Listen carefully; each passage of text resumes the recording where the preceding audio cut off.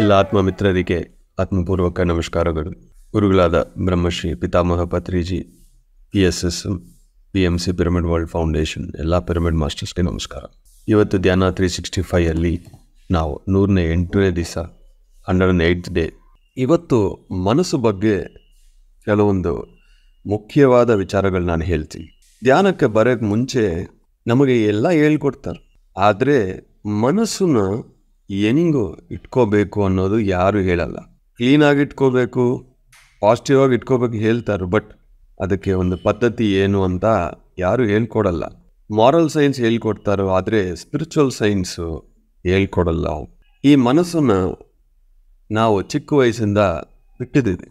ಏನು ಬೇಕಂದರೆ ಅದು ಮಾಡ್ಕೋ, ಆಲೋಚನೆ ಮಲಗಿದ್ರೂ ಆಲೋಚನೆ ಹೋಗ್ತಾ ಇದೆ, ಪಾಸಿಟಿವ್ ನೆಗೆಟಿವ್, ಬೇರೆಯೊಬ್ಬರ ಬಗ್ಗೆ ಕೋಪ, ಏನು ಬೇಕಂದ್ರೆ ಮಾಡ್ಕೋ ಅಂತ ನಾವು ಬಿಟ್ಟಿದ್ದೀವಿ. ಆದರೆ ಮನಸ್ಸಿಂದ ಹೊರಗೆ ಬರೋ ಒಂದು ಆಲೋಚನೆ ಏನಾಗುತ್ತದೆ, ಅದೊಂದು ಸೈನ್ಸ್. ಏನು ಆಲೋಚನೆ ಒಂದು ಬಿಡುಗಡೆ ಆಗ್ತಾ ಇದೆ, ಏನಾಗ್ತಾ ಇದೆ, ನಮ್ಮ ಪ್ರತಿಯೊಂದು ಆಲೋಚನೆ ಅದಕ್ಕೆ ಒಂದು ರೂಪ ಇದೆ, ಅದಕ್ಕೆ ಒಂದು ಕಲರ್ ಇದೆ, ಅದಕ್ಕೆ ಒಂದು ಫ್ರೀಕ್ವೆನ್ಸಿ ಇದೆ, ಅದಕ್ಕೆ ಒಂದು ಟೈಮ್ ಡ್ಯೂರೇಷನ್ ಇದೆ. ಅದು ಆಸ್ಟ್ರಲ್ ವರ್ಲ್ಡ್ಸಲ್ಲಿ ಇರುತ್ತೆ. ಒಂದೊಂದು ಆಲೋಚನೆ ತುಂಬ ಶಕ್ತಿ ಇರುತ್ತೆ. ಒಂದೊಂದು ಆಲೋಚನೆಗೆ ಅಷ್ಟೊಂದು ಶಕ್ತಿ ಇರಲ್ಲ. ಅದು ಆ ಬಿಡುಗಡೆ ಆಗೋ ಸಮಯದಲ್ಲಿ ನಮ್ಮ ಎಮೋಷನ್ಸ್ ಹೆಂಗಿದೆಯೋ ಅದನ್ನು ಬೇಸ್ ಮಾಡ್ಕೊಳ್ಳುತ್ತದೆ. ಒಂದು ಸತಿ ಆಲೋಚನೆ ಬಿಡುಗಡೆ ಆಗಿದ್ರೆ ಅದು ಸುಮ್ಮನೆ ಇರಲ್ಲ, ಒಂದು ಕ್ಲೌಡ್ ಥರ ಫಾರ್ಮ್ ಆಗುತ್ತದೆ. ಎಲ್ಲಿ ಸೇಮ್ ಫ್ರೀಕ್ವೆನ್ಸಿ ಇರುತ್ತದೋ ಅದೆಲ್ಲ ಜೊತೆಗೆ ಸೇರ್ತಾ ಇರುತ್ತದೆ. ಇದನ್ನೇ ಥಾಟ್ ಫಾರ್ಮ್ಸ್ ಅಂತಾರೆ. ಒಂದು ಥಾಟ್ ಬಿಡುಗಡೆ ಆದಮೇಲೆ ಒಂದು ಫಾರ್ಮ್ ತಗೊಳ್ಳುತ್ತದೆ. ಆ ಥಾಟ್ ಫಾರ್ಮ್ ಒಂದು ಗ್ರೂಪಿಂದ ಬಂದಿದ್ರೆ ತುಂಬ ಸ್ಟ್ರಾಂಗ್ ಆಗಿರುತ್ತದೆ, ಒಂದು ದೇಶದಿಂದ ಬಂದಿದ್ರೆ ಇನ್ನೂ ಸ್ಟ್ರಾಂಗ್ ಆಗಿರುತ್ತೆ. ಈಗ 2,000 3,000 ಜನ ಧ್ಯಾನದಲ್ಲಿ ಕೂತ್ಕೊಂಡು ಈ ಪ್ರಪಂಚ ಎಲ್ಲ ಚೆನ್ನಾಗಿರಬೇಕು ಅಂತ ಒಂದು ಆಲೋಚನೆ ಬಿಟ್ಟಿದ್ರೆ, ಆ ಆಲೋಚನೆಯಿಂದ ದೊಡ್ಡ ಥಾಟ್ ಫಾರ್ಮ್ ಕ್ರಿಯೇಟ್ ಆಗುತ್ತದೆ. ಅದು ಆ ಒಂದು ಥಾಟ್ ಫಾರ್ಮಿಂದ ಎಷ್ಟೋ ಒಳ್ಳೆಯದಾಗ್ತಾ ಇರುತ್ತದೆ. ಇನ್ನೊಂದು ಸೈಡು ಒಬ್ಬರು ನಾಶನ ಆಗಬೇಕು, ಒಬ್ಬರಿಗೆ ಸಮಥಿಂಗ್ ಬ್ಯಾಡ್ ಆಗಬೇಕು ಅಂತ ನೆಗೆಟಿವ್ ನಾವು ಥಾಟ್ ರಿಲೀಸ್ ಮಾಡಿದ್ರೂ, ಥಾಟ್ ಬಂದಿದ್ರೂ ಅದು ರಿಲೀಸ್ ಆಗಿಬಿಡುತ್ತೆ. ಅದು ಶಕ್ತಿ, ನಮ್ಮ ಒಳಗೆ ಇರೋದು ಶಕ್ತಿಯನ್ನು ತಗೊಂಡು ಆ ವ್ಯಕ್ತಿ ಒಬ್ಬ ಲೈಫಲ್ಲಿ ಪ್ರತಿಯೊಂದು ವಿಷಯಕ್ಕೆ ಇದು ಹೋಗಿ ಇಂಟರ್ಫಿಯರ್ ಆಗ್ತಾ ಇರುತ್ತೆ.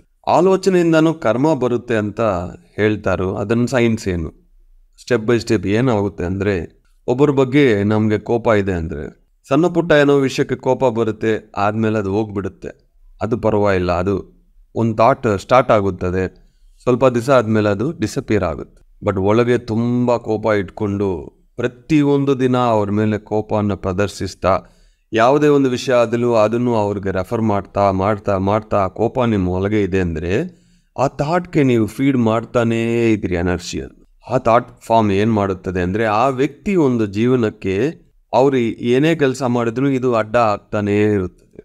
ಆ ಒಂದು ಕರ್ಮ ನಿಮಗೇನೆ ಸಿಗುತ್ತೆ, ನಿಮಗೆ ಬರುತ್ತೆ.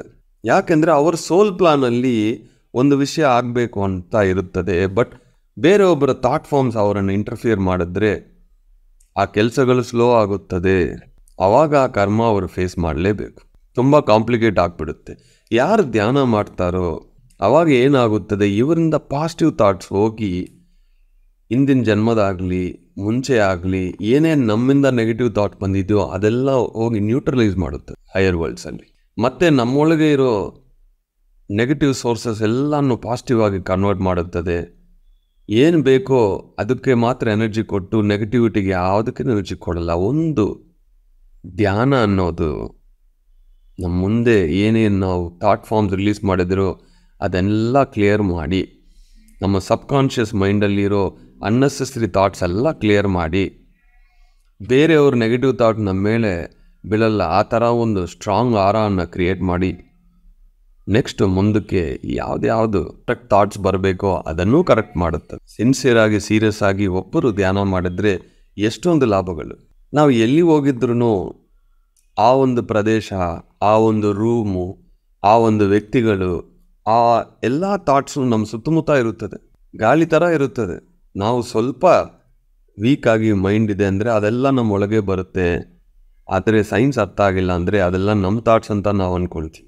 ಚೆನ್ನಾಗಿ ಅಬ್ಸರ್ವ್ ಮಾಡಿದರೆ ಒಂದು ರೂಮು ಇಲ್ಲಾಂದರೆ ಒಂದು ರೋಡು, ಒಬ್ಬರ ಹತ್ರ ನಾವು ಹೋಗಿದ್ರೆ ಒಂದೇ ಥರ ಸಿಮಿಲರ್ ಥಾಟ್ಸ್ ಬರುತ್ತೆ. ನೀವು ಅದು ಅಬ್ಸರ್ವ್ ಮಾಡಬೇಕು.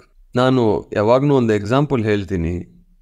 ನಾನು ಜರ್ಮನಿಗೆ ಹೋಗಿ 1 ತಿಂಗಳಲ್ಲಿ ಇರ್ತೀನಿ. ಕರೆಕ್ಟಾಗಿ ರೋಡಲ್ಲಿ ಒಂದು ಪ್ರದೇಶದಲ್ಲಿ ನಾವು ಹೋಗಿದ್ರೆ ಒಂದೇ ಥರ ಥಾಟ್ಸು ಡೈಲಿ ಬರ್ತಾಯಿತ್ತು. 2 ದಿವಸ ಆದಮೇಲೆ ನಾನು ಅದು ಅಬ್ಸರ್ವ್ ಮಾಡಿದ್ವಿ. ಓ, ಈ ಪ್ಲೇಸ್ ಬಂದಿದ್ರೆ ಈ ಥರ ಥಾಟ್ಸ್ ಬರ್ತಾಯಿದೆ, ನಂದಲ್ಲ. ಎಷ್ಟೋ ವರ್ಷಗಳು ಎಲ್ಲರೂ ಇಲ್ಲಿ ಬಿಟ್ಟಿರೋ ಥಾಟ್ಸು ಫಾರ್ಮ್ ತಗೊಂಡಿದೆ. ಅಲ್ಲಿ ಯಾರೇ ಹೋಗಿದ್ರು ಅದು ಇನ್ಫ್ಲೂಯೆನ್ಸ್ ಮಾಡಿ. ಈ ಥರ ನಾವು ಅಬ್ಸರ್ವ್ ಮಾಡಿದರೆ 90% ನಮ್ಮ ಥಾಟ್ಸ್ ನಮ್ದಲ್ಲ. ನಮ್ಗೆ ಬರೋದು ಯಾವುದು ನಮ್ದಲ್ಲ, ಅದು ಬೇರೆಯವ್ರದ್ದು, ಆ ಪ್ರದೇಶದ್ದು, ಆ ರೂಮ್ದು. ಮೊನ್ನೆ ಒಬ್ಬ ಮಾಸ್ಟರ್ ಹೇಳ್ತಾ ಇದ್ರು, ಸರ್ ನನಗೆ ಯಾವುದು ವಿಷಯದಲ್ಲಿ ಇಂಟ್ರೆಸ್ಟ್ ಇಲ್ಲ, ಯಾಕೆ ಬದುಕ್ತಾ ಇದ್ದೇನೆ ಅರ್ಥ ಆಗಿಲ್ಲ, ಲೈಫಲ್ಲಿ ಹೋಪ್ ಇಲ್ಲ ಅಂದರೆ ನಾನು ಹೇಳಿದ್ನಿ ಇದು ನಿಮ್ದಲ್ಲ ಅಂದರೆ ಅವರು ಕರೆಕ್ಟ್ ಸರ್, ನಾನು ಯಾವಾಗಲೂ ಈ ಥರ ಆಲೋಚನೆ ಮಾಡಲ್ಲ, ನನ್ನ ಲೈಫು ಯಾವಾಗಲೂ ಚೆನ್ನಾಗಿರುತ್ತೆ, ಎಷ್ಟೋ ಕೆಲಸ ಮಾಡಬೇಕು, ಯಾವ ರೀಸನ್ಗೋಸ್ಕರ ಈ ಥರ ಥಾಟ್ ಬಂದಿದ್ದೀನಿ ಅಂದರೆ ಅಬ್ಸರ್ವ್ ಮಾಡಿ ಅಂತ ಹೇಳಿದರೆ ಕರೆಕ್ಟ್. ನಾನು ಒಂದು ಗ್ರೂಪು ಮೀಟಿಂಗ್ ಇದೆ, ಅಲ್ಲಿ ಹೋಗಿದ್ದೀನಿ, ಆವಾಗ ಆ ಥಾಟ್ ಬಂದಿದೆ ಅಂತ.